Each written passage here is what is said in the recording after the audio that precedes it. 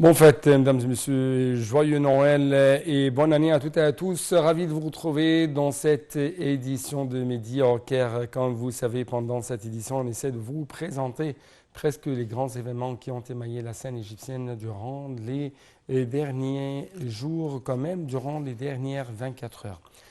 Commençons tout de suite par les activités présidentielles. Et cette fois-ci, on trouve que le président palestinien Mahmoud Abbas est arrivé hier en Égypte en visite officielle à l'invitation du président Abdel Fattah al-Sisi. Une réunion réunira le président Sisi et le président palestinien pour discuter des moyens de coopération bilatérale afin de mettre fin à la guerre génocidaire menée par Israël contre les Palestiniens dans les territoires palestiniens occupés. Les détails dans ce compte rendu. Le président palestinien Mahmoud Abbas Abou Mazen est arrivé hier en Égypte en visite officielle à l'invitation du président Abdel Fattah el-Sisi. Le président Abbas a été reçu dans le salon présidentiel de l'aéroport international du Caire par le ministre égyptien de la Justice, le conseiller Omar Marwan, l'ambassadeur de l'État de Palestine en Égypte, Diab Al-Louh, et le personnel de l'ambassade de la Palestine, la délégation de la Palestine auprès de la Ligue arabe et le consulat général de l'État de Palestine à Alexandrie. L'ambassadeur Diab Al-Louh a déclaré qu'une réunion au sommet réunira le président palestinien Mahmoud Abbas et le président Abdel Fattah el-Sisi pour discuter des moyens de coopération bilatérale afin de mettre fin immédiatement et durablement à la guerre génocidaire menée par Israël, puissance occupante, contre les Palestiniens à travers les territoires palestiniens, ainsi que de discuter des efforts égyptiens. Des efforts arabes régionaux et internationaux sont déployés pour faire face à la catastrophe humanitaire sans précédent dans la bande de Gaza, à la lumière de l'agression israélienne qui se poursuit depuis 3 mois pour empêcher le déplacement du peuple palestinien de sa terre vers l'extérieur et mettre un terme aux attaques et aux crimes des forces d'occupation et de ses colons en Cisjordanie et à Jérusalem.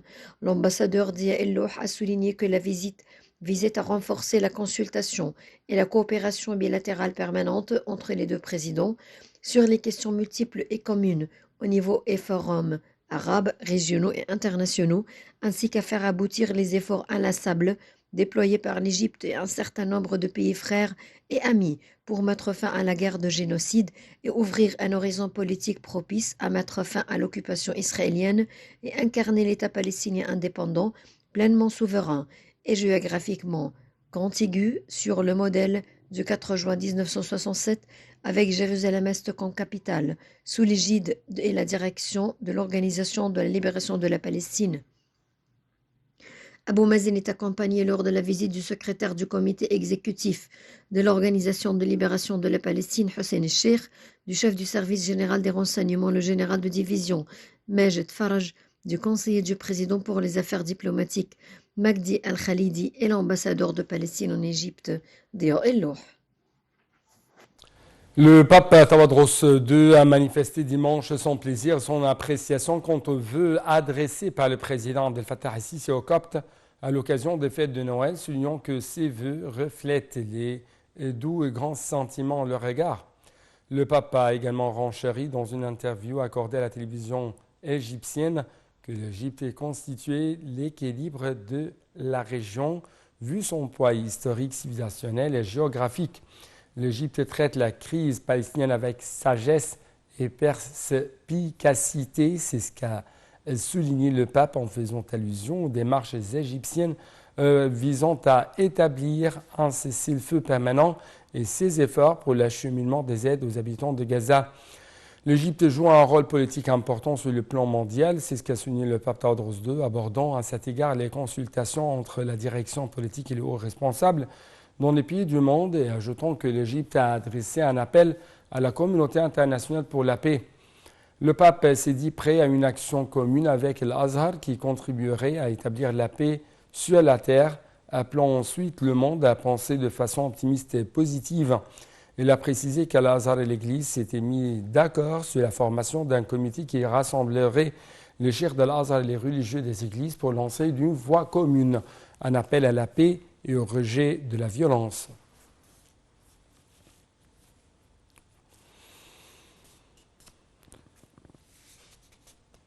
Le point de passage de Rafah ouvre toujours ses portes pour l'entrée de l'aide humanitaire vers la bande de Gaza et pour la sortie des blessés palestiniens. Parallèlement, l'aéroport d'Al Arish continue à recevoir les aides humanitaires pour les acheminer aux frères palestiniens à Gaza.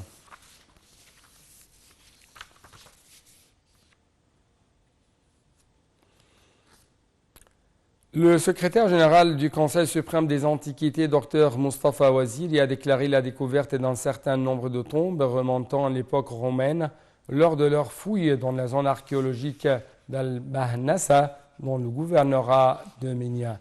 Les détails et les explications seront contenus dans ce compte rendu. La mission archéologique espagnole de l'Université de Barcelone et de l'Institut du Proche-Orient ancien dirigée par Dr Maït Mascrot et Dr Esther Pance Melado a réussi à découvrir un certain nombre de tombes remontant à l'époque ptolémiaque et romaine, ainsi qu'un certain nombre de momies de l'époque romaine lors de leurs fouilles dans la zone archéologique d'Al-Bahnasa dans le gouvernorat de Minya. Le secrétaire général du Conseil suprême des Antiquités, Dr Mustafa Waziri, a déclaré hier dans un communiqué que les tombes découvertes datant de l'époque romaine ont été trouvées dans la partie est du cimetière supérieur de Bahnasa et elles sont des tombes avec un nouveau type de sépulture car elles consistent en un trou creusé dans les roches naturelles dans le sol. Il a expliqué que pour la première fois dans la région de Bahnasa, des statues en terre cuite représentant la déesse Isis, Aphrodite, portant une couronne de fleurs sur sa tête, ce qui indique que la région y révèle encore de nombreux secrets et méthodes funéraires au cours de différentes époques. Pour sa part, le chef du département central des Antiquités de Moyen-Égypte, Dr Aedel Orkesha, a déclaré que la mission a également trouvé des parties de papyrus à l'intérieur d'un seau d'argile, en plus d'un grand nombre de momies enveloppés dans des emballages colorés, dont les visages de certains étaient recouverts de masques funéraires dorés et colorés, et ont également été retrouvés à l'intérieur de la bouche de deux d'une langue d'or, et c'est un rituel connu dès l'époque romaine à Bahnasa pour préserver les défunts. Le directeur général des Antiquités du centre de l'Égypte, Dr Gamel El Samastawi, a de sa part déclaré que la conception architecturale des tombes de ce site est un puits en pierre qui se termine par une porte fermée par des briques de terre crue qui mènent à un grand trou dans lequel un groupe de cercueils vides ont été trouvés et un autre fermé contenant des momies recouvertes de cartons colorés, soulignant que 23 momies momifiées ont été trouvées à l'extérieur des cercueils, ainsi que 4 cercueils de forme humaine, dont l'un contenait 2 momies et 2 petits flacons de parfum votif. À son tour, le professeur d'archéologie à la faculté d'archéologie de l'Université du Caire et directeur des fouilles de la mission, Dr Hassan Amir, a salué le succès de la mission dans la découverte d'un certain nombre de blocs de pierre appartenant à un bâtiment démoli, dont un grand nombre ont été décorés de dessins de plantes, de grappes de raisins et de groupes d'animaux et d'oiseaux tels que des pigeons et de serpents cobras, soulignant que la mission terminera ses travaux sur le site au cours des prochaines saisons de fouilles pour tenter d'en découvrir davantage. Plus d'analyse, plus d'éclaircissement, mais aussi des explications plus détaillées.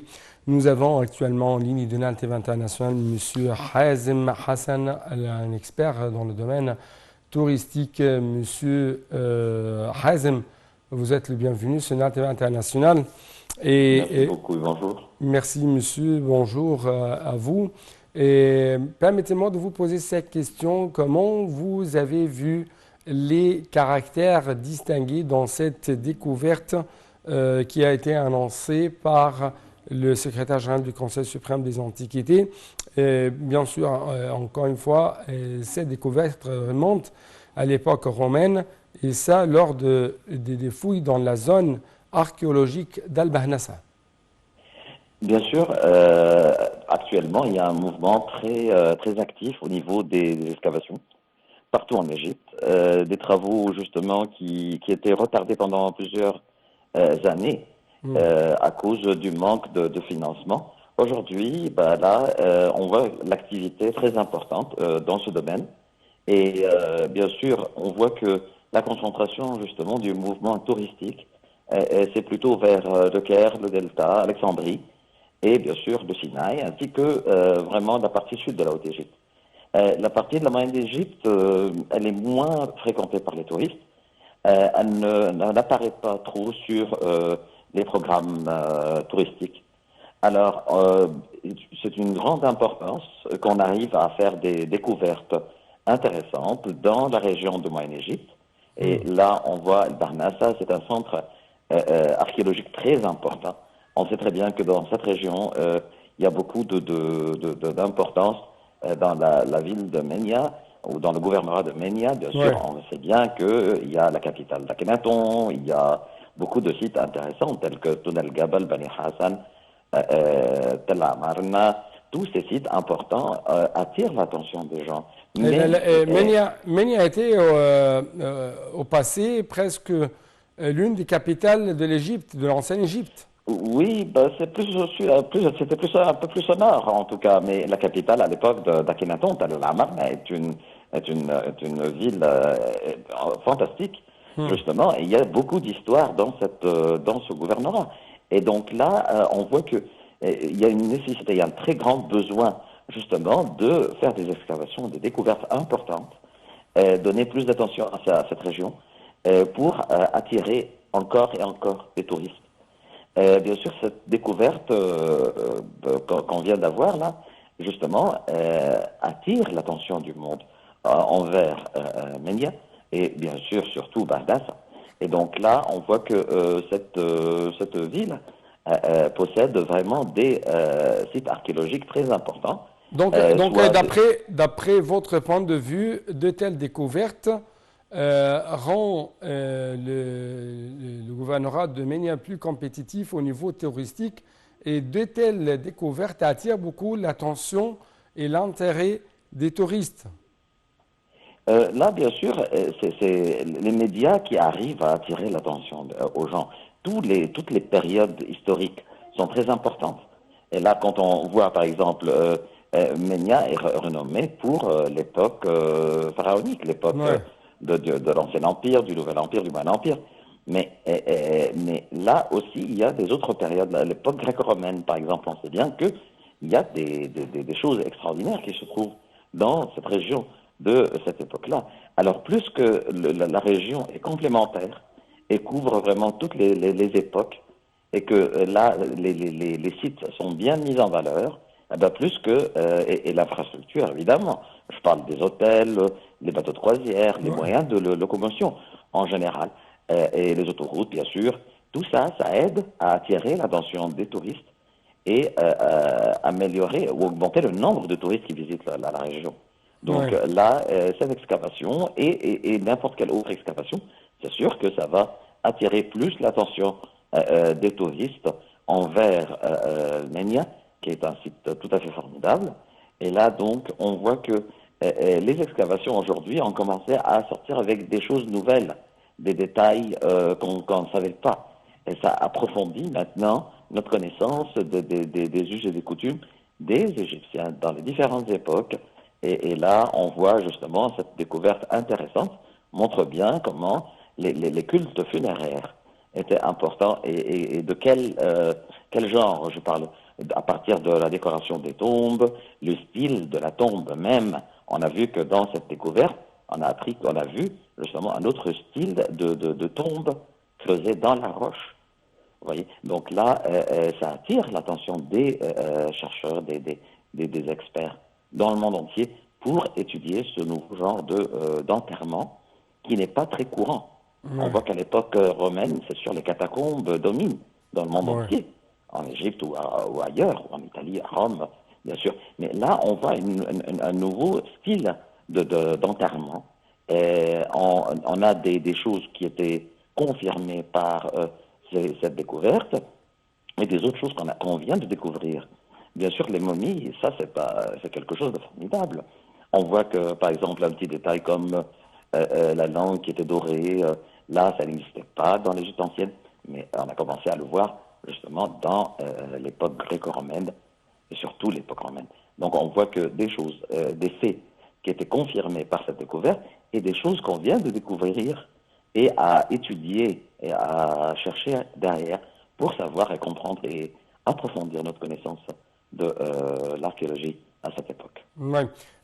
Si on va parler un peu plus de l'époque romaine, ici en Égypte, justement, ça attire beaucoup l'attention des Européens généralement, des Italiens spécialement. Bien sûr, exactement. Parce que là, on voit justement l'amalgame. Les Romains qui sont venus, et avant eux, les Grecs, ils ont appris beaucoup de la culture égyptienne. Ils ont résidé en Égypte, ils ont commencé à connaître l'Égypte mieux, à créer une sorte d'amalgame entre la culture, leur culture maternelle et la culture égyptienne. Donc on voit ça d'une façon très flagrante dans ces découvertes. Et là, ça attire, comme vous venez de le dire, non seulement l'attention des experts égyptiens et des chercheurs égyptiens, mais aussi des chercheurs européens. Ouais. On voit une période justement pas très bien étudiée par rapport aux autres périodes plus anciennes, voire plus récentes aussi.